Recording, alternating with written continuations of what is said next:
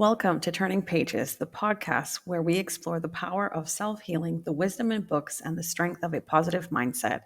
I'm your host, Mel, and each week I have the pleasure of interviewing authors, coaches, and everyday people who inspire and encourage us to live our best lives.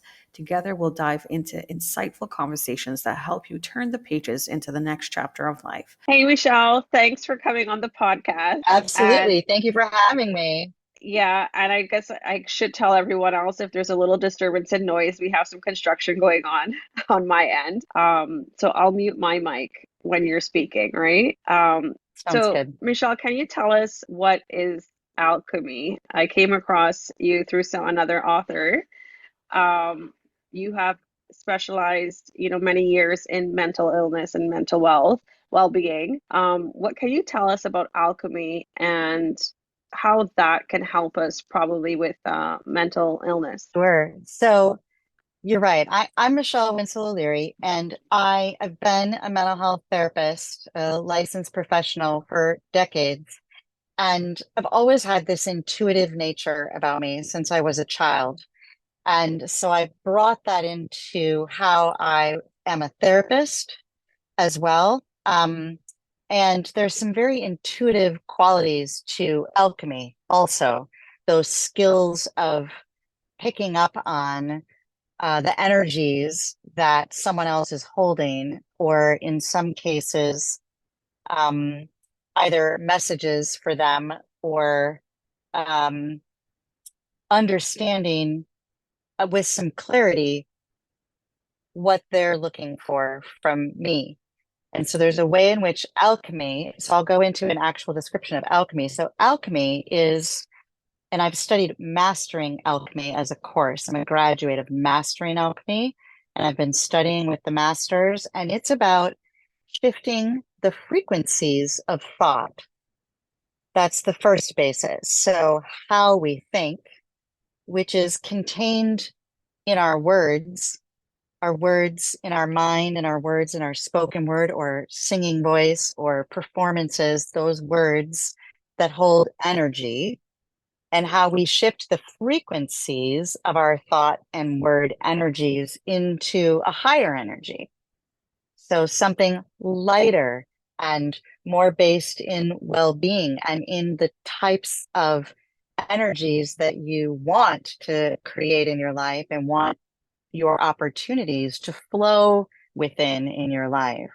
So we start with the basis of thought. And I'll say briefly that thought is also connected with our emotion, because when we have an idea or a memory which contain thoughts, often thoughts have become beliefs. They're attached to emotions or how we feel about our thoughts or beliefs or experiences.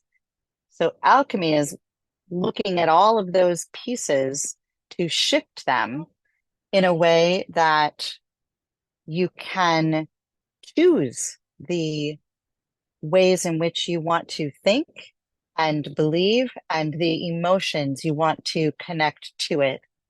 There's a process of which you can release certain things, certain thought, feelings, or experiences that have perhaps been in your family or you've grown up around, or it's in a community of people you're familiar with, things that in this day and age don't always fit. We might have been taught certain ways of believing in growing up that as an adult, we go, wait a minute, I actually feel a little differently than how I was raised or taught to believe something. So I might want to shift something and raise it up a bit. So that's the first basis of alchemy, the frequency of thought. And then from there, you go into what's called the harmonics of matter. What I mean by that is how we form things into being, how we create with intention and thoughts and energies and emotions into how we want to experience our life, how we want opportunities to come to us, and how we connect with consciousness to learn more, to find out what else is out there that, of course, is endless. Okay, would it be similar to like CBT, cognitive behavioral therapy? What's the I difference? Yeah, the difference. So cognitive behavioral therapy is sort of a linear connection between a thought behavior and how it connects with an action. So I hear the similarity in that. The difference being that how that works is when you shift one side of that triad, a thought, a feeling, or an action, you can shift the way the whole triad works, right? If you change your belief, your action and your emotion will change. In alchemy, the difference is you literally select and choose the thoughts and or beliefs.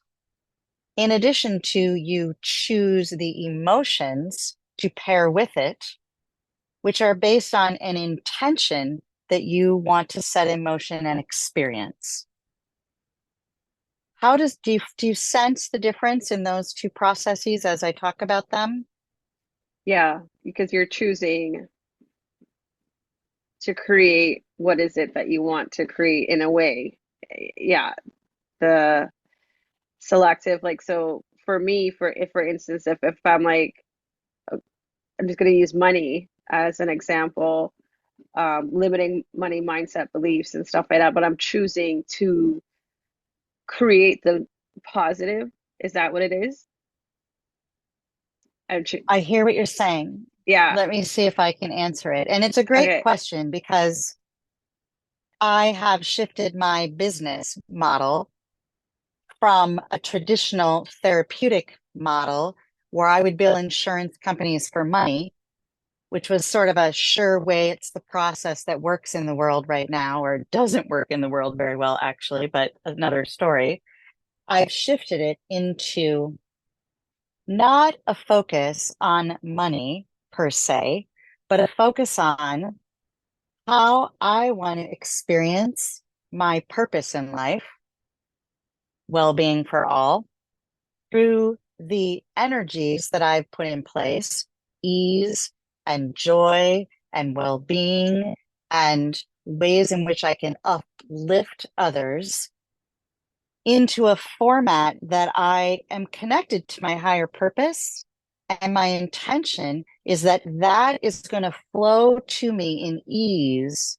And I don't need to worry about the rewarded in money part, because if I'm doing the energetics that I need to be doing, those funds that support my lifestyle will show up for me because I'm engaged in a higher frequency of consciousness where that's how it works. Another way of saying that is we've all grown up in the third dimension. It's linear time, it's cause and effect, it's polarity, good, bad, right, wrong, all those things. In a higher frequency of perspective, the what's available is available for everyone. And when you're engaged in an intentional process to create how you want your living to be provided for, and you set those energetics, the universe, who responds to your intention, will flow the opportunities to you in the energies you've set in this process through your intention and engagement with consciousness and those processes. So for me, what that means is it's not always a paycheck. It could be I went to pay a bill and suddenly it doesn't exist. I did this a few weeks ago. I got two bills in the mail and I went to pay them. It would have been a few $1,000s. And I got up to the counter and they go, "Oh, your bill's only X amount." I'm like, "What? I thought it was a few thousand." And they're like, "Nope, this is all we have." I'm like, "All right. So did I get paid right there?" No, but did I get several thousands of dollars in savings? Yes. So these little opportunities that end up supporting my lifestyle are getting paid, and there are all these other little opportunities that just flow into space. Like my off season, I'm coming to you live from my boat, okay? I've manifested, right, the created the way in which I want to work. I want to work remotely. I want to work with people around the globe. I want to do things that I have passion and purpose for. And so this is what I'm doing. But in Minnesota, where I'm based on the river, the boat's got to come off the water at some point. And then what am I going to do? I don't have brick and mortar to return to. This is where I live. So what am I going to do? So I set my energies in place. What do I want to do in that off season? I want to travel. I want to work remotely. I want to visit family and friends that live other places that I almost never see until I put this in motion a few years ago. And what ends up happening? I've got offers from friends all over the place. You can come and stay with me for a month.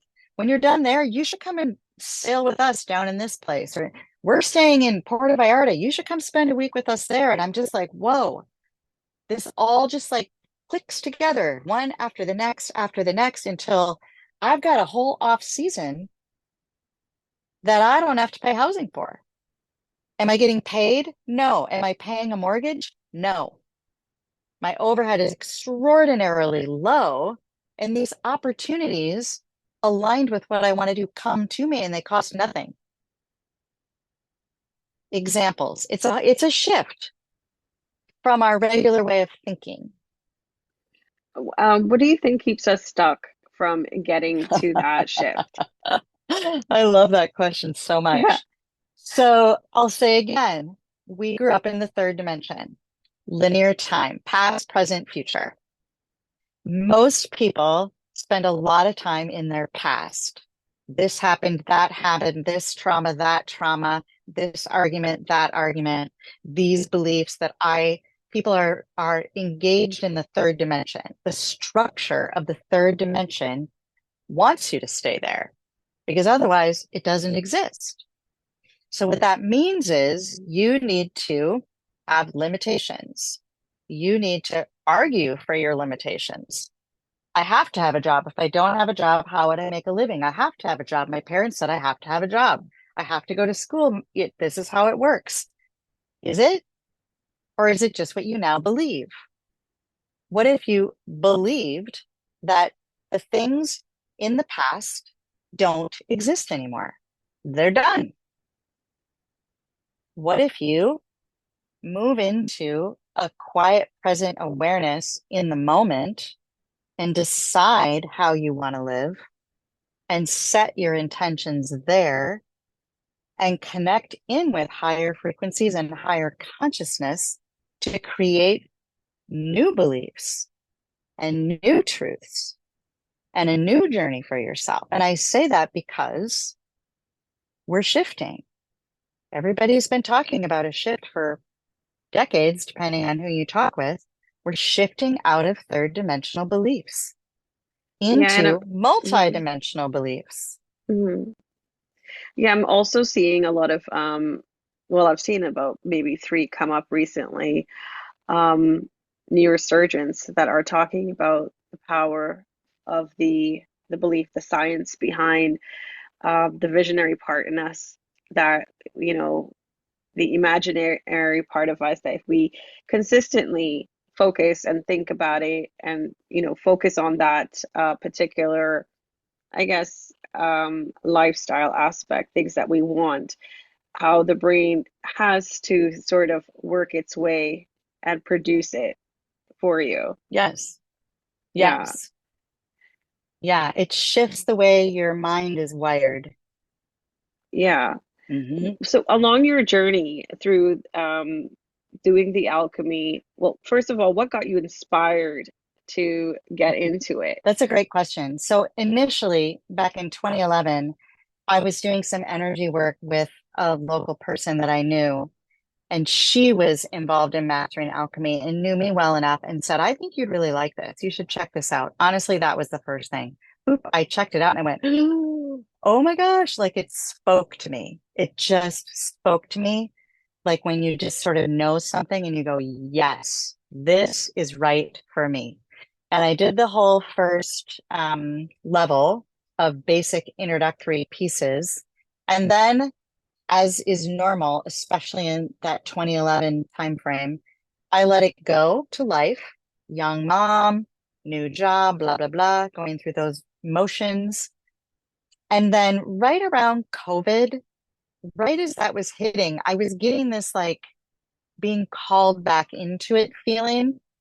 So this story is a little different. I haven't told this anywhere yet, other than in my book that's coming out, but I had this experience in the middle of the night, and I'm in bed with my then husband, and my phone alarm goes off like in the middle of the night. I'm going to say like 2 or 3 o'clock. So it's, first of all, I never set my alarm. So there's no alarm to go off, but it does. It goes off. And I'm like, well, that is so weird. And I turn it off and I roll back over and I go to bed as though I'm going to go to bed. And literally like 30 seconds later, my husband's phone goes off.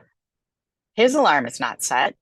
We're just like, what in the world is going on? He turns his alarm off. And now I'm like, okay, this is weird. I'm going to go back to bed. And I'm sort of pondering this. My phone goes off a third time. I'm just like, okay. I turned it off and I'm like, who's here?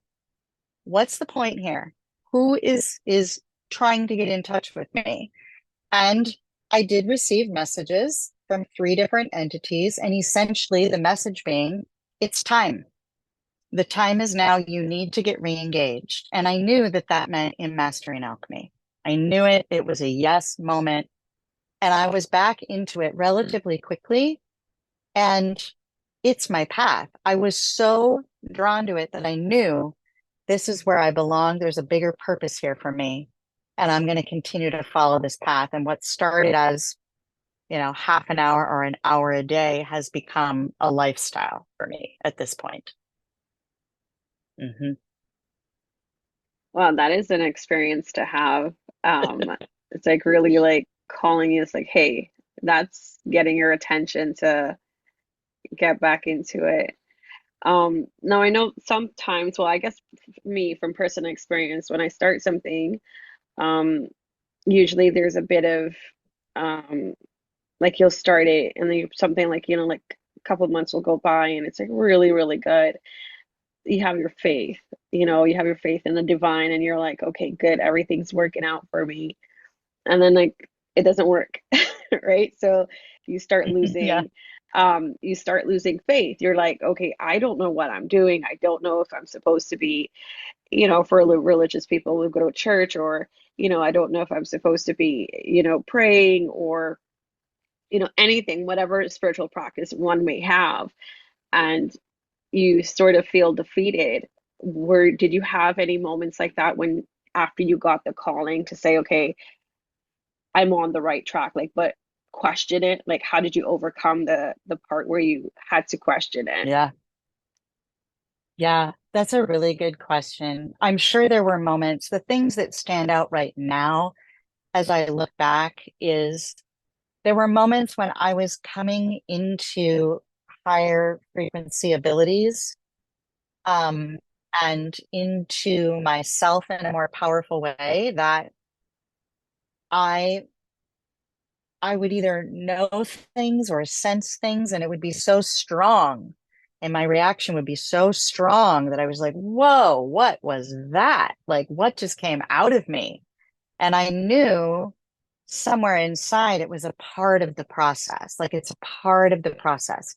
So built into the studies were ongoing Q&A sessions with other people in the program. So I had a community to bounce this off of.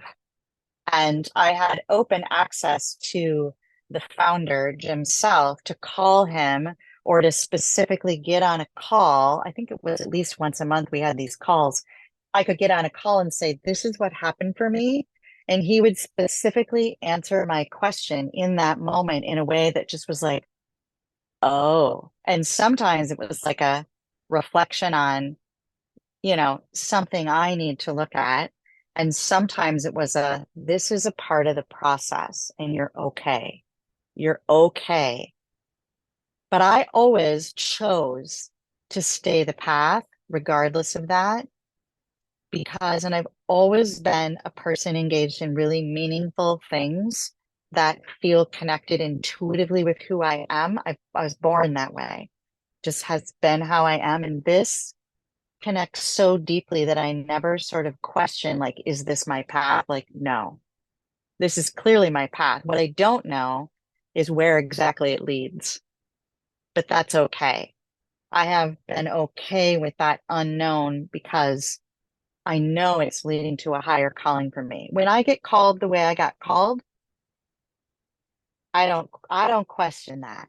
That experience isn't an everyday experience for me. And it was very insistent and I felt it. I felt it before the call and I felt it since the call. You need to keep doing this. You've got a purpose and you need to keep doing this. So I know you told me that your book that's coming out, it's going to be a series of books, right? That's So a little bit of what, a spoiler alert, but it is. oh, That's okay. yeah. We're announcing it like in 2 hours. So Okay, okay. totally fine. Yeah, Totally because it won't fine. I be love up it. until like another Spoiler 2 weeks. Yeah. Um, what's the first one gonna be about? Like, what can the audience expect, the readers expect from the first one as to why should they even pick up this book, or what would they gain? Yeah. What do you feel like the reader will gain from this book? Yeah, that's a great question too. You have great questions, by the way. I love them. So I'll start by saying the first chapter is about energy of resilience. So how we manage crisis, change, disruption, surprise, or stuckness, ways to consider approaching that are different than perhaps you've used before, and ways to engage with energetics and tools that might be different than what you've used before, but you can learn how to try and adapt and experiencing them to enhance your resilience as a leader, as a human, in a relationship, or even just with yourself, things we struggle with personally. And what I think about the engagement piece is I start by saying my story. How did this book come to be? Like, what happened that I decided to write this book? And I personally describe how my life just blew into pieces in 2023, leaving me, quite frankly, with an empty slate to figure out what was going to happen. And how I put that together is how this book was created. Where did I start? I started with my resilience. And I built that up to a point that I then moved into other levels of energy. But the grounding part that, that put it in motion is resilience. And what I think is the times that we are living in are changing fast. The amount of disruption and stuckness and confusion and perceived challenge is everywhere. And the intensity with which people are managing change is strong. And so I see it as a way for people to begin to find something new and different to help them on that path immediately, quickly.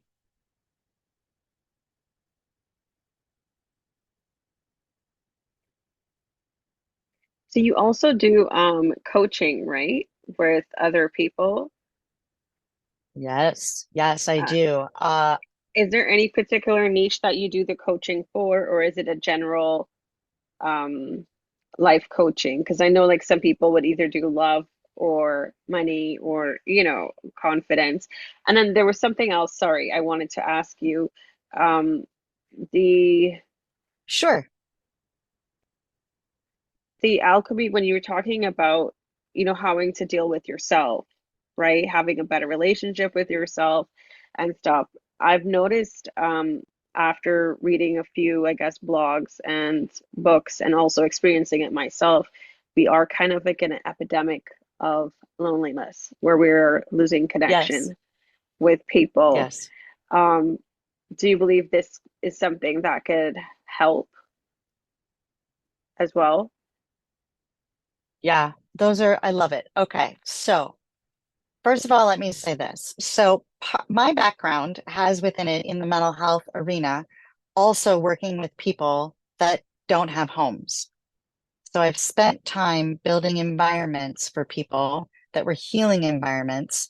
And whatever those individuals came in 24/7 needing to address, we helped organize around the needs of people. And I've transitioned out of that role. I left a legacy of things and other people to continue to grow it, which is really great. They're still thriving and sustaining and helping people. And I've shifted now to more global presence, partly to address through social media here, where I'm online for free on Tuesdays at 11, sharing messages globally for free because there are billions of people on our planet without a home right now and growing and moving about the planet. And they do find ways to get phones and to seek support. And in doing so, kind of find all of us that are collectively working to support one another and all people. So that's one way I want to talk about it. Outside of that part of it, I do see individuals for support, and I've always been intuitive in those regards. And so what I do is a discovery call ahead of deciding if we're a good fit. And the discovery call is to sort of listen and hear what someone's interested in working on and explain how I might approach that. And if we both feel that alignment and synergy, then we move forward into sessions. But generally speaking, I've worked with people as young as 5 and as old as 95. I've worked with people from all over the world, families, individuals, couples, groups. And so in general, if I can't find a way to connect with someone, I'd rather have them connect with someone they feel connected with. And anybody who's working with anybody energetically or as a coach in any way or a therapist in any way should feel that connection with the people with the person they're working with. So that's what we test our waters out. Does it make sense? And I just say, offer up. Here's what I know about mental health. Here's what I know about healing. Here's what I know about the specific things you're bringing forward. Here's how I see alchemy and energy fitting into that and consciousness fitting into that. And here's a number of tools we could explore together. And then we decide, does that align with something you'd be interested in participating in?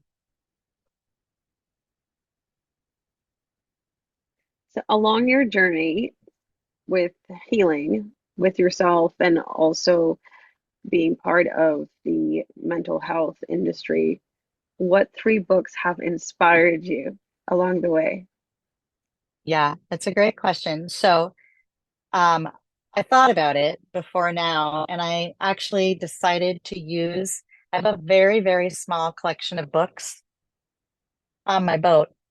And I decided that I chose those books on purpose to be near me because they matter to me. And so I chose from those books. So the first one is a book that I used regularly, probably in my early 20s, I would guess, by Thich Nhat Hanh. And it's called Being Peace.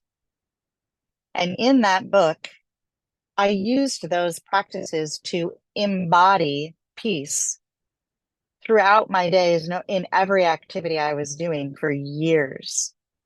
And even today, interestingly enough, as my alchemy work continues to grow and change, I'm still holding peace, but in a higher conscious awareness way that connects actually back to that book. And also, I have to tell you something. This book has these lovely leaves on it. When I woke up this morning, I wake up every morning for a little meditation, and I'm always intrigued by nature. Those little leaves were floating right on the back of my boat this morning. I just now realized that when I looked at this cover, I'm like, oh my God, those are outside my boat this morning. So that book for sure, right? Then we have all of this series by Lynn V. Andrews, and in particular, the book Love and Power. So Lynn Andrews writes from an ancient native wisdom, and she shares all kind of shamanic or native practices in terms of how she got in touch with herself and with nature and with culture and with how to shift the energies in the environment and world around her. In particular, the book Love and Power became very important during my first divorce. Unfortunately, but true. It was challenging to determine how to safely conclude it. And it took an extraordinary act of power that I otherwise, for Lynn Andrews, would not have known to conjure up for myself. So, Love and Power, this book is incredible. The third one probably will surprise people a little bit, but in my 20s again, this is when most of my conscious awakening started. And so this is my basis before mastering alchemy. I started I had this weird calling to the Mayan oracle, and I followed for a long time the Mayan calendar. Every day I would look up the portals of wisdom or like what the day symbolized so that I could kind of see how it was reflected in how I was living and experiencing my life. So the Mayan Oracle, Return to the Path of the Stars, is a book that resonated with me for many reasons because it gave me all kinds of references on ways to think about the cycles of life, the way we go through a cycle in life, and all of our connection to galactic, harmonic resonance and energies.